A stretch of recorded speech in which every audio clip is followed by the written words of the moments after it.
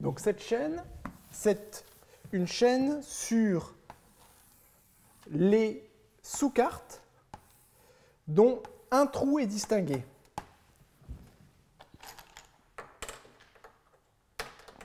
Donc il y a un certain nombre de trous, peut-être, hop, ça c'est le trou qui est distingué. Et il y a un certain nombre d'autres trous. Eh bien, cette brave chaîne de Markov, ces transitions vont dépendre si l'arête à éplucher est sur le trou distingué ou si l'arête n'est pas sur le trou distingué. Donc, si l'arête est sur le trou distingué, eh bien, les transitions, donc pour l'événement C et pour les événements G, K, alors, G étoile K1. Qu'est-ce que je veux dire par G étoile K1 et G K1 étoile?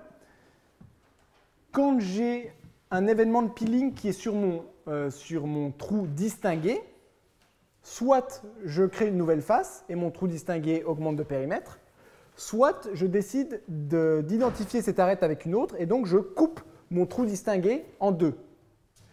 Et là, il faut que je dise lequel des deux trous que je suis en train de faire va être le nouveau trou distingué. Donc cet événement-là, c'est quand j'ai l'arête que je suis en train d'éplucher et que le trou que je suis en train de créer sur la gauche de périmètre de K1 n'est un trou qui ne sera pas distingué et que le trou sur la droite sera distingué. Ça, c'est un événement de type GK1 étoile.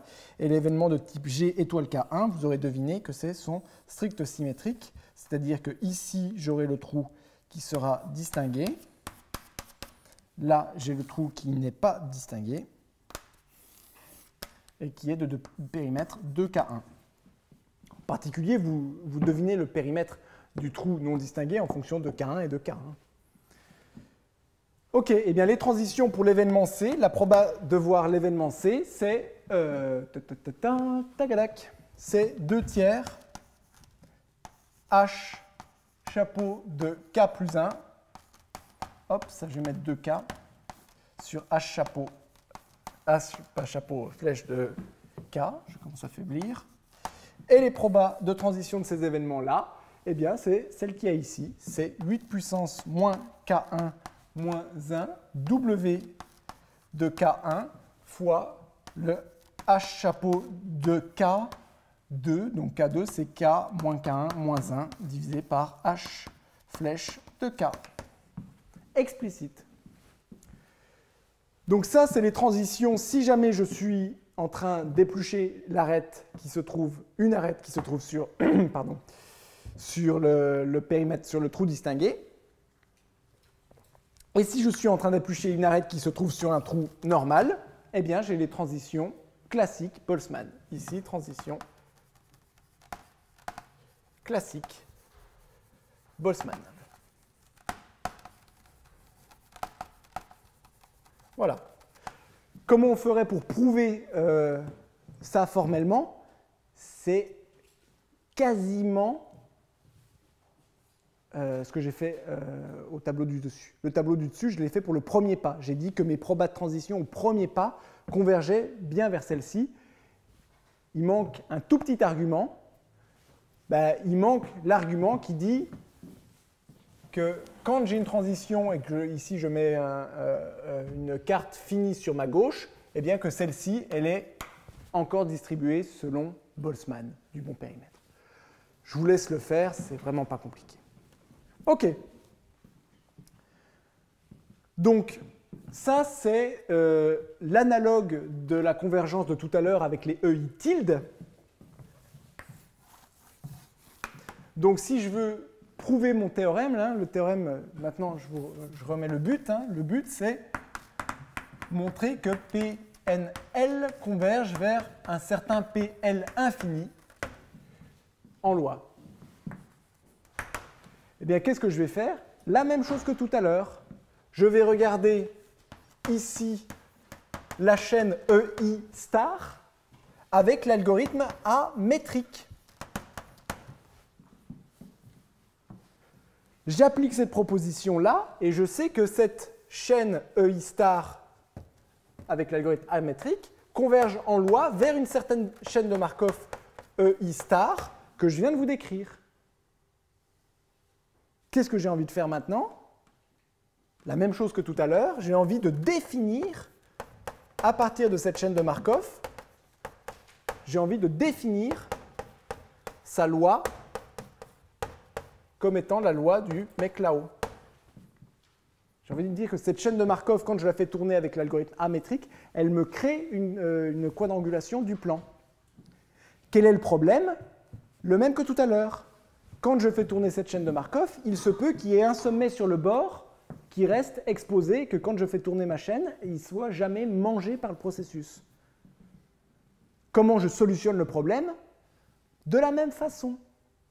Juste en remarquant que chaque fois que j'épluche l'arête qu'il y a juste à droite d'un sommet, il y a une probabilité strictement positive pour que j'identifie les deux arêtes de part et d'autre de ce sommet et que mon sommet devienne un sommet interne de la nouvelle carte explorée. Donc, on définit bien, de la même façon que tout à l'heure, cette carte infinie comme l'union de ces mecs-là. OK? Donc ça, c'est la définition, si vous voulez, on prend l'union de ces trucs-là. Après, comment je fais la convergence en loi désirée, ici? Donc le but, c'est de montrer que sous PLN, la boule de rayon R converge en loi vers la boule de rayon N sous Pn infini. Même chose que tout à l'heure, je suis juste en train de vous dire que avec la même notation que tout à l'heure, si je regarde la chaîne de Markov que je fais, qui est juste l'épluchage avec l'algorithme amétrique sous cette loi-là, si je l'arrête à l'instant θr, où c'est le premier instant où tous les sommets sur la partie active sont à distance au moins r, eh bien mr, vous le retrouvez à partir de cela. Eh bien, je dis juste que ce mec-là converge vers son copain similaire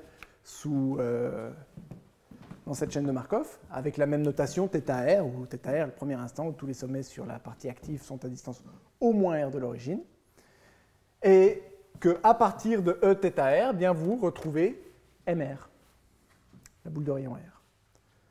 Comme tout à l'heure, comment on prouve cette convergence? Ben, je dis que cette convergence, elle provient de cette convergence-là, et du fait que θr, ici, est presque sûrement fini. Donc, sous la proba P infini L, eh bien, θr est fini. Et après, c'est convergence des chaînes de Markov. Donc, même preuve.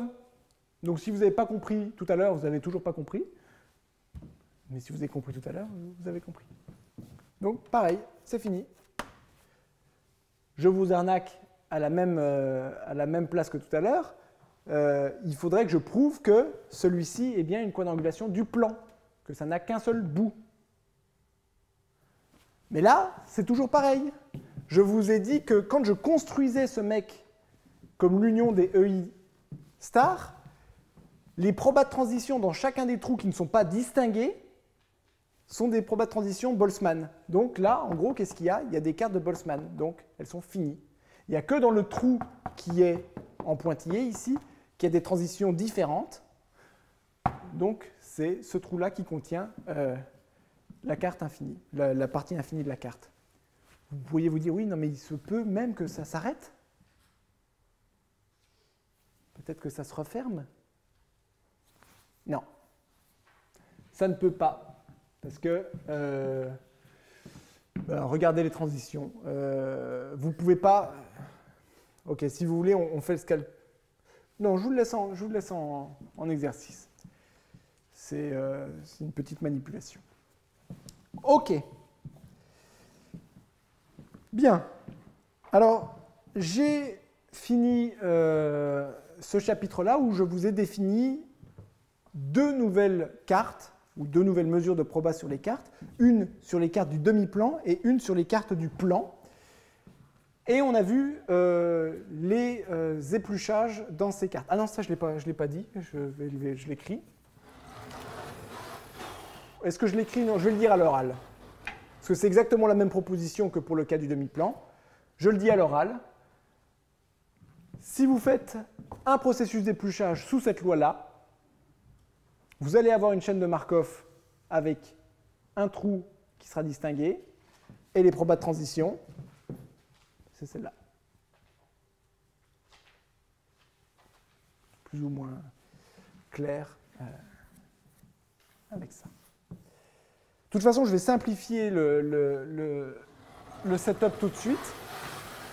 Et je vais m'intéresser qu'à une quantité en particulier. OK. Donc effaçons tout ça et gardons seulement l'information essentielle pour la suite.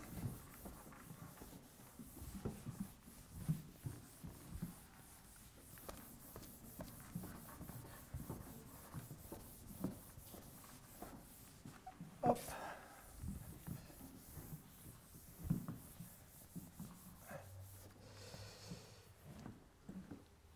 Et je vais vous parler de, comment on peut appeler ça, en anglais je les appelle des field-in exploration, comme on pourrait dire en français. Des explorations farcies. C'est peut-être bien, hein. Ouais, des explorations farcies. Allez.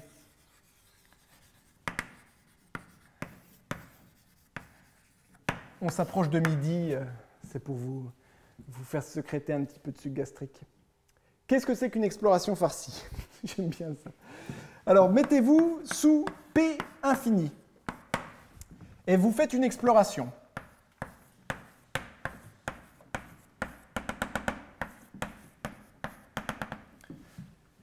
Quand vous faites une exploration sous P infini, vous savez à quoi ça ressemble. Vous avez une arête racine, vous avez un certain nombre de trous qui sont finis et vous avez un seul trou qui est de périmètre infini. Ça, c'est EN.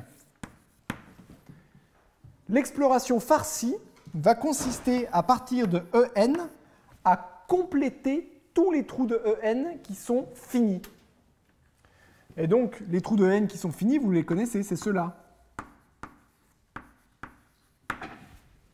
Donc, l'exploration farcie, l'exploration complétée plutôt, hein.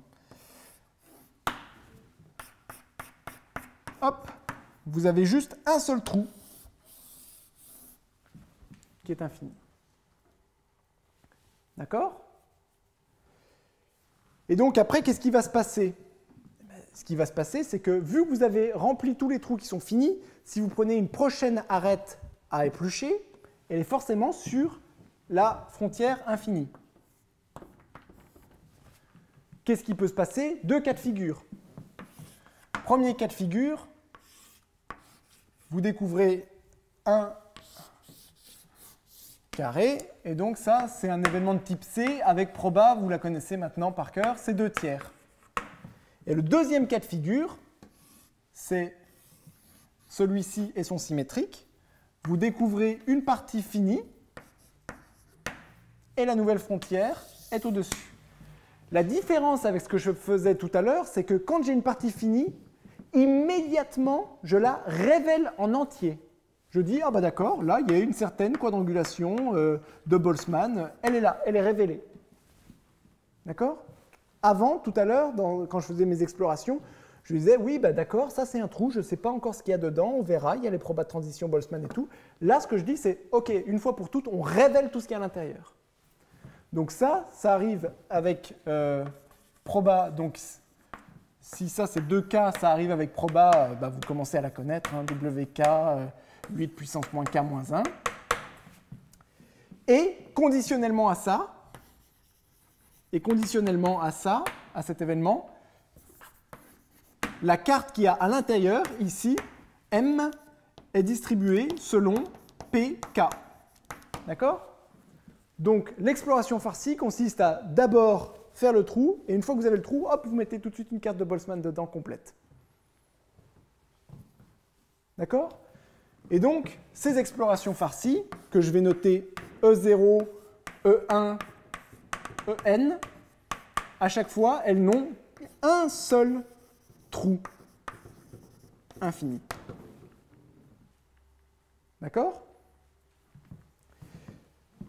Et ce qui est pratique, c'est que, comme elles n'ont qu'un seul trou infini, un seul trou, ce que je vais regarder, c'est l'évolution du périmètre de ce trou. Alors je vais noter delta En bar. Ça, c'est l'évolution algébrique du périmètre.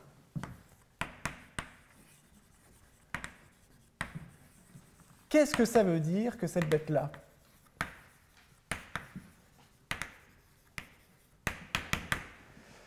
Mon périmètre est infini. Ça ne veut rien dire, en fait. Mais je peux vous parler d'une évolution du périmètre. Là, à votre avis, qu'est-ce que ça va être que l'évolution du périmètre de En sur un événement comme ça? Plus 1, parce que je divise tout par 2. Pourquoi? Parce que ici, avant le périmètre, il y avait ça, et là, j'ai rajouté ça. Donc j'ai mangé une arête, mais j'en ai rajouté 3. Donc, par définition, je vais dire que là, ici, c'est plus 1. D'accord? Et quand j'ai un truc de ce style-là, le périmètre qui avant allait dans le trou, revenait ici et repartait là, j'ai mangé toute cette bulle, donc là je vais dire que l'évolution du delta En, ça va être moins 1, qui compte pour ces deux arêtes-là, moins K. D'accord? Et donc si vous réfléchissez, vous voyez très bien que ces évolutions-là, d'après les probabilités de transition du pinning, ces incréments, ils sont IID. Parce qu'à chaque fois, ce qui me reste dans le trou infini, c'est une carte infinie indépendante de l'exploration jusqu'à l'étape N. Donc, qu'est-ce que j'en déduis? Eh bien, j'en déduis que ce processus delta En est une brave marche aléatoire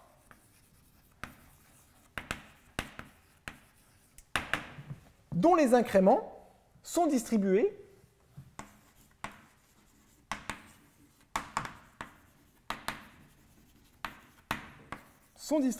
selon la mesure nue que je vous ai introduite de la semaine dernière.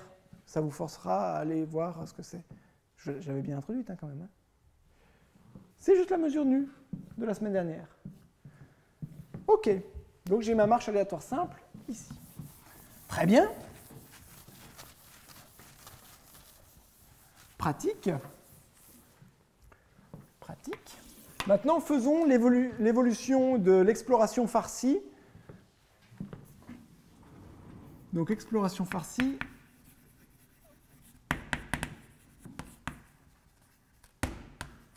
Sous PL infini maintenant. Parce que là, c'était facile de dire dans le cas du demi-plan, il y avait un trou qui jouait un rôle particulier, c'est le trou qui était infini. Mais sous P infini L, il y a aussi un trou qui joue un rôle particulier. Parce que si vous faites une exploration, rappelez-vous que dans ce cas-là, ce n'est pas une exploration banale, c'est une exploration où il y a un trou qui est distingué, il y a une étoile. Et c'est le trou qui contient la partie infinie de la carte. D'accord? Ça ressemble à ça. Eh bien, pareil, si En ressemble à ça, eh bien, que va être En complété, En farci? Ben, je vais remplir tous les trous finis par ce qui doit être dans la carte. D'accord? Donc En, c'est juste la carte obtenue en remplissant tous les trous finis. Bien. Mais si vous regardez maintenant l'évolution de En tout seul, c'est encore une chaîne de Markov. Comment vous allez faire? Ben maintenant, c'est simple aussi, les probas de transition. Ben, je les réécris, allez, encore une fois. à quoi vont ressembler les probas de transition? Bien, vous sélectionnez forcément une arête qui est sur la partie distinguée. Et vous avez deux cas de figure, l'événement C, où le nouveau trou distingué, c'est celui-ci. Hop. Événement C. Et vous avez l'événement, je vais l'écrire là, et vous avez l'événement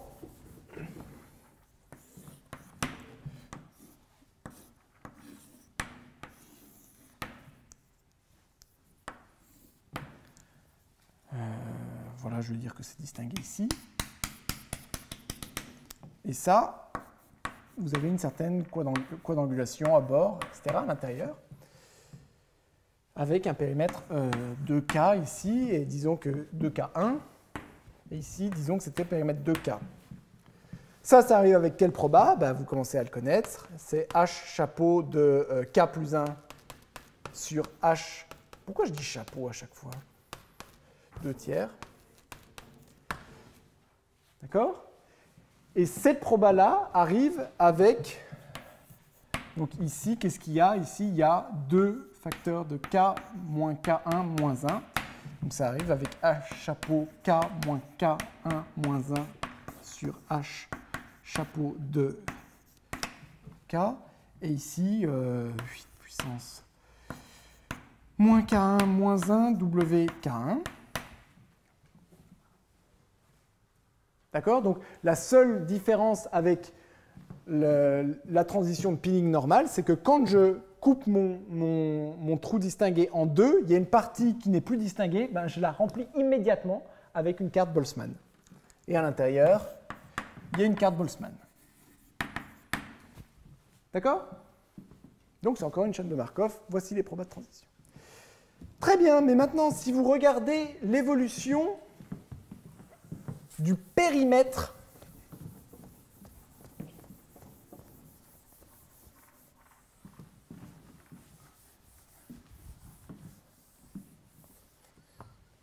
si vous regardez l'évolution du périmètre, en fait ça c'est le demi-périmètre, hein,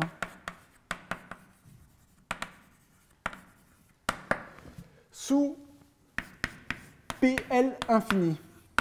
Là, je n'ai pas besoin de vous dire ce que c'est que le demi-périmètre. Là, c'est vraiment un demi-périmètre. Hein. Il y a un nombre fini d'arêtes ici. Vous les comptez, vous les divisez par 2.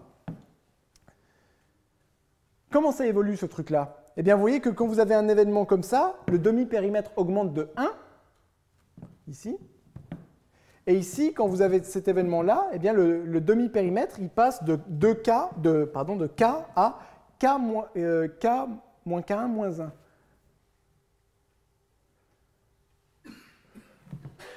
Je l'ai réécrit, la proba sous L infini que le demi-périmètre En plus 1 soit égal au demi-périmètre, ok, je vais l'écrire comme ça, K plus K1, disons,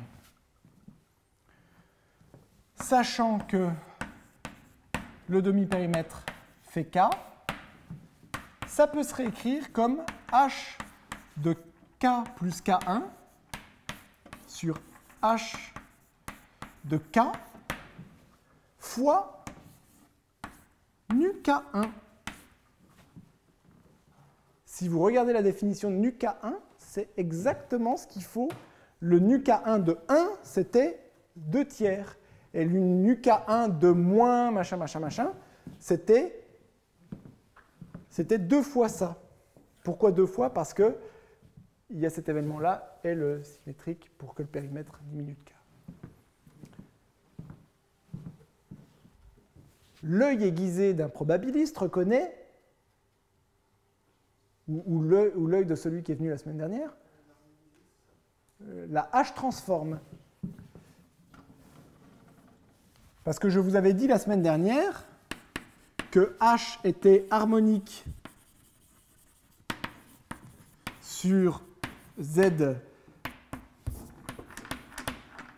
pour nu. Et donc là, on reconnaît la H transforme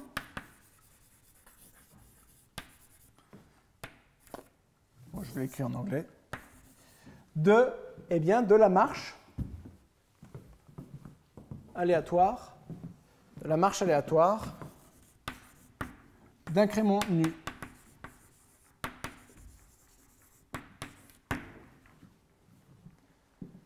Donc, on peut interpréter, alors ça je vous avais dit aussi, c'est un phénomène général, je vous avais dit de le regarder dans le cas de la marche aléatoire simple, parce que là, on peut faire tous les calculs explicitement. Donc, on peut interpréter,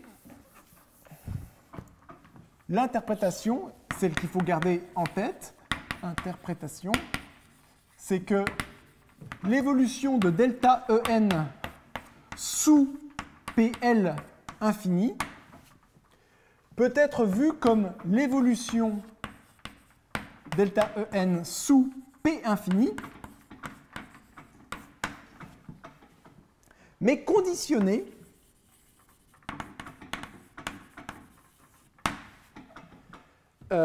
à ne pas toucher 0, à rester positif. Bien entendu, c'est un conditionnement complètement dégénéré parce que cette marche aléatoire, elle visite tout, plus l'infini et moins l'infini, limite sup, enfin elle oscille. Donc la conditionner à rester positif, c'est un conditionnement de probabilité 0. La bonne façon de faire, c'est de passer via ces H transformes. OK. Alors, je vais donner, ne vous inquiétez pas, là je commence à faire des probas un petit peu plus poussés, mais la semaine prochaine, je vais revenir sur des choses beaucoup plus combinatoires et peut-être plus faciles. Mais j'aimerais donner un corollaire de ces choses-là, pour montrer qu'une fois qu'on est à ce point-là, on a des théorèmes limites gratuitement. Alors, on va commencer par l'évolution du périmètre algébrique sous P infini. Ça, je vous ai dit que c'est une marche aléatoire dont les incréments nus, marche aléatoire d'incrément IID est donnée par la loi nu. Je vous rappelle grosso modo que nu de 1 vaut 2 tiers et nu de moins k est asymptotique à une constante k moins 5 demi quand k est grand. Donc je vous avais dit la semaine dernière, ouh là là, on ne peut pas faire du théorème central limite. Le théorème de Donsker ne marche pas parce qu'il n'y a pas de variance pour la loi nu. Si vous mettez k carré et que vous intégrez par rapport à ça, ça ne marche pas. Mais je vous ai dit quand même, je vous avais dit que c'était un petit miracle combinatoire, mais qu'elle était centrée, cette marche. Donc on a une marche centrée, mais il n'y a pas de variance. Ben, il y a des théorèmes limites pour ça. Et le bon ordre de grandeur, en fait, vous pouvez le deviner. Le bon ordre de grandeur, vous pouvez le deviner parce que si vous faites les n premiers pas de la marche, donc la loi forte des grands nombres va vous dire que vous êtes en petit taux de n. Parce que vous êtes centré, vous êtes en petit taux de n. Vous vous attendez à ce que vous bougiez plus vite que racine de n, parce que si vous aviez une variance, vous bougeriez comme racine de n. Mais en fait, vous pouvez voir que vous allez voir des incréments nu k avec k de l'ordre de n puissance 2 tiers. Pourquoi? Quelle est la probabilité que vous voyez un incrément négatif qui soit plus petit que n puissance moins n puissance 2 tiers? Vous mettez ça, vous voyez que c'est de l'ordre de 1 sur n. Donc si vous prenez n incréments comme ça, il y en aura un, grosso modo, qui va être de l'ordre de n puissance 2 tiers. Donc vous vous dites, ah bah n puissance 2 tiers, c'est le bon ordre de grandeur, parce qu'au moins je vais voir des incréments de taille n puissance 2 tiers.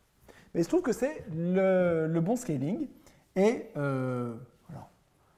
C'est classique, je ne sais pas à qui il faut attribuer ça, peut-être à Feller. Ce qu'il faut faire, c'est regarder, accélérer le temps par n et diviser par n puissance 2 tiers. Et si vous voyez ça comme un processus en t, eh bien ça converge en loi. Donc si on était dans le cas avec une variance, on aurait un brownien. Là on a l'analogue d'un mouvement brownien quand on n'a plus de variance. Ici, c'est, je vais l'appeler comment? dans les notations du cours là, c'est un upsilon. Alors comment on écrit un upsilon? Comme ça. Upsilon 3,5 de t. Qui est cette bête-là? Si vous ne le connaissez pas, ce n'est pas grave. C'est le processus de Lévy stable 3,5, sans saut positif. Fait que des sauts négatifs. Je dis le, mais bon, il y a une normalisation, mais voilà. C'est juste pour vous dire qu'on sait très bien comment ça évolue à la limite à partir de la description que je vous en ai faite.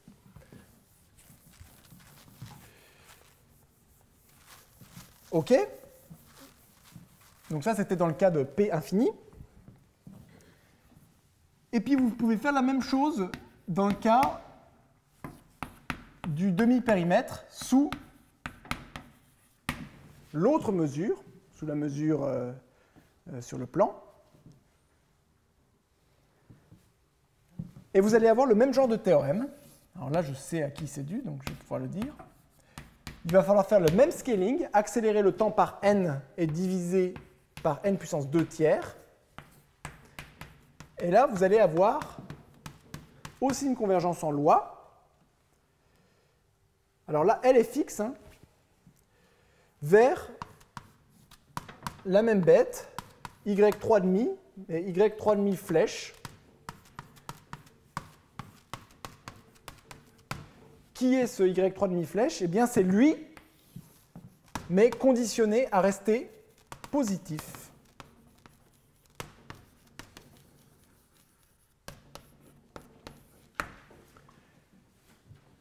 Et là, vous pourriez commencer à trembler. Ce serait peut-être une bonne idée. Parce que, si vous connaissez un peu les processus de Lévy, vous vous dites, le processus de Lévy stable 3,5, pareil, il n'y a pas envie de rester positif. Vraiment pas. C'est un événement de probabilité 0. Pensez, c'est quoi un mouvement brownien conditionné à rester positif? Ça, c'est positif et revenir encore. Mais si c'est juste positif, c'est un Bessel 3. Et bien voilà, là, c'est l'analogue du Bessel 3 dans le cas brownien pour les processus stables. Je n'ai pas envie de le décrire, mais sachez juste qu'on connaît bien cette bête-là et on peut faire des calculs. Et ça, c'est un résultat dû à Caravena et Chaumont. Je ne dis pas de bêtises, c'est ça, Caravena et Chaumont. Caravena. Il y a 2 N? Voilà, vous voyez ce que vous voulez. Et d'ailleurs, oui, Caravena. Il y en a 2? Voilà. OK. Alors, c'est un mec qu'on connaît. Je vais vous donner un corollaire de toute cette théorie. Pour la semaine prochaine, retenez juste la chose qu'il faut retenir ici, c'est ça.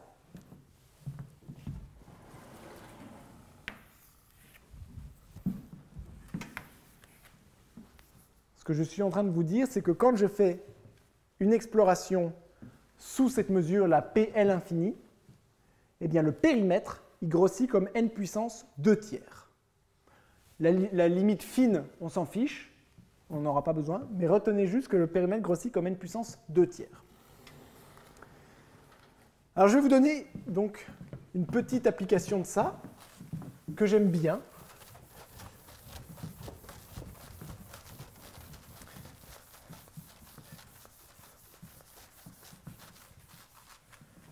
Application. Et je ferai une application de cette application la semaine prochaine, qui est rigolote aussi. Donc vous vous mettez sous PL infini.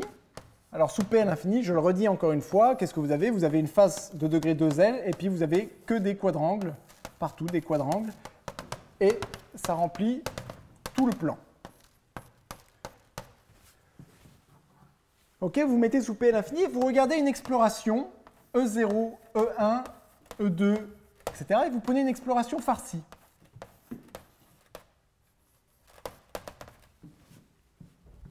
D'accord?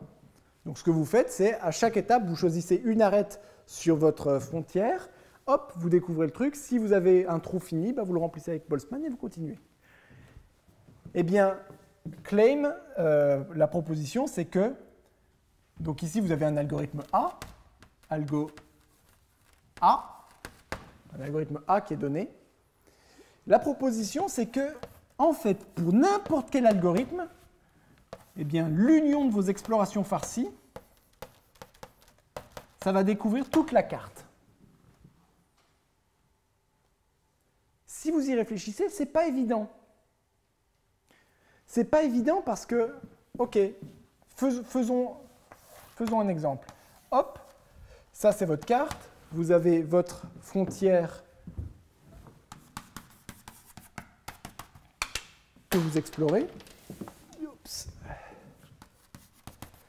Imaginez, bon ben voilà, je découvre cette arête-là. Ok, ça me fait une face comme ça. Très bien. Après, peut-être que votre algorithme, il est diabolique. Imaginez, vous prenez un point là, et votre algorithme, il fait toujours des pas de peeling opposés à ce point-là. Il va faire un pas de peeling ici. Peut-être que vous découvrez un truc comme ça. Votre nouvelle frontière est comme ça. Après, vous allez faire un pas de peeling ici. Peut-être que vous allez découvrir un truc comme ça, etc., etc., etc. Mais peut-être que vous allez continuer à explorer dans cette direction-là et ne jamais venir explorer ici. Là, vous êtes peut-être en train de confondre avec la preuve de tout à l'heure. La preuve de tout à l'heure, j'avais choisi A métrique, un algorithme A métrique, donc je savais que j'allais un jour venir ici. Mais si je choisis un autre algorithme qui essaye de faire des pas de peeling le plus loin possible de ce point-là, peut-être que je ne vais jamais le découvrir. Ça se peut? Eh bien non. Ce que dit cette proposition, c'est que peu importe l'algorithme de peeling que vous choisissez, si vous faites une exploration farcie comme ça, vous allez découvrir toute la carte. Ça veut dire que ce point-là, même si vous ne prenez pas d'arête à éplucher juste à côté de lui, ben, il y aura un moment quand même où vous allez le découvrir. Alors comment on peut voir ça?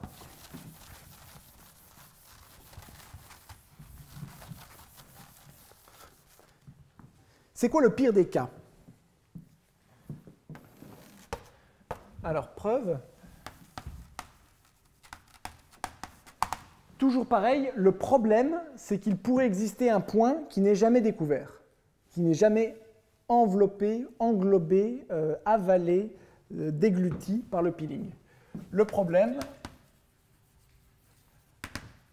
c'est qu'il pourrait exister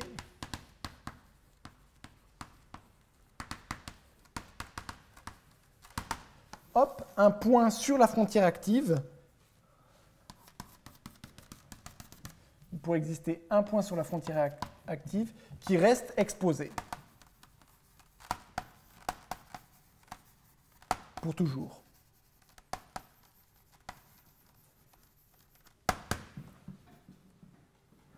Maintenant, ce que je dis, c'est que, bon, c'est quoi le pire des cas pour vous? Si vous voulez que celui-ci reste exposé pour toujours, le pire des cas, vous allez essayer de d'éplucher les arêtes le plus loin possible. Ça paraît clair. Donc, prenons une arête ici. Là, c'est EN, bar. Qu'est-ce qui pourrait arriver pour vous si vous voulez manger ce point? Si vous voulez manger ce point, il faut que vous identifiez cette arête-là avec une arête ici, de telle façon à ce que ce point-là se retrouve dans la partie qui sera découverte. D'accord? Donc, pour découvrir ce point, il faudrait que vous voyiez un événement du type. Hop, le point est là, par exemple. Que ça, ce soit une partie découverte et que la partie qui vous reste ici, soit la nouvelle partie à découvrir. D'accord? Donc, qu'est-ce qu'est-ce qui vous permet de faire ça? Bien, vous pouvez très bien identifier cette arête avec celle-ci, cette arête avec celle-là, cette arête avec celle-ci, cette arête avec celle-là, etc. Donc si vous avez un événement du type, là je l'ai fait sur la gauche, vous pourriez imaginer sur la droite, mais si vous avez un événement du type GK étoile avec K à peu près, là je les ai pris diamétralement opposés, alors je vais dire avec K entre le périmètre de EN et 3/4 du périmètre de EN, ça marche. D'accord? Donc si vous identifiez cette arête avec une des arêtes là, et que la partie qui est sur votre gauche est une partie finie, vous allez avaler le point. D'accord? Alors, quelle est la probabilité de ce truc-là? Ben, vous la connaissez. La probabilité de ce truc-là, si je vous fixais K, vous la connaissez. Donc, je le fais approximatif. Hein. C'est grosso modo la proba de GK étoile. Et la proba de GK étoile, vous la connaissez. C'est H de périmètre de EN moins K sur H du périmètre de EN fois le nu moins K. Le nu moins K, je vous ai dit tout à l'heure, c'est à peu près K moins 5,5. Donc là, je suis en train de regarder ce machin-là à l'ordre de grandeur du périmètre de EN. Donc c'est grosso modo le périmètre de EN à la puissance moins 5,5. La fonction h, rappelez-vous, c'est à peu près racine. Donc là, je fais des rapports de trucs qui sont aussi à peu près comparables. Parce que je me suis mis K est entre delta de périmètre de EN et 3/4 du périmètre de EN. Donc ça, c'est à peu près constante. Ça, c'est constante. Et combien je somme de valeurs? Eh bien, des valeurs, j'en somme à peu près le périmètre de EN. Donc en tout et pour tout, cette proba, c'est grosso modo de l'ordre, c'est pas un équivalent, hein, c'est grosso modo de l'ordre. Pourquoi j'ai mis un K ici? C'est un trop, c'est un 5. C'est grosso modo de l'ordre de delta EN à la puissance moins 3,5. D'accord? Tout à l'heure, quand j'utilisais l'algorithme amétrique, je vous ai dit, si je fais un pad peeling juste à côté du point, j'ai une probabilité de l'ordre constante de manger. Là, je vous dis, bon, bah, c'est beaucoup plus petit, ça. Donc, qu'est-ce qu'il faudrait que je vérifie? Pour vérifier que je vais quand même manger ce point, mais il faudrait que je vérifie que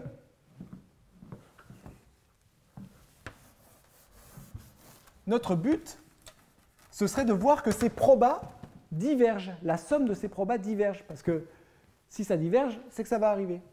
Donc le but, ce serait de voir que la série des 1 sur le périmètre de EN à la puissance 3,5, que ça vaut l'infini presque sûrement. Si ça c'est vrai, en utilisant cet argument, vous voyez que pour n'importe quel point sur le bord, il y aura bien un moment où vous allez le manger. Et là, vous voyez pourquoi nos théorèmes limites peuvent être utiles. Je ne vais pas vous faire la preuve dans les détails parce que je suis déjà overtime, mais là, vous voyez pourquoi notre théorème limite est utile, parce que vous savez que delta de EN, c'est à peu près n puissance 2 tiers. Donc n puissance 2 tiers à la puissance 3,5, ça fait à peu près 1 sur n. Est-ce que c'est un 1 sur n dans la série converge? Est-ce que c'est un 1 sur n dans la série diverge? Il se trouve qu'on est du bon côté. Et c'est en fait pas très difficile de le voir, mais il se trouve qu'on est du bon côté. Donc ça, c'est vrai. C'est du bon côté, c'est-à-dire ça diverge. C'est un 1 sur n qui diverge. 1 sur n dans la série diverge. C'est vrai. Et pour ça, on utilise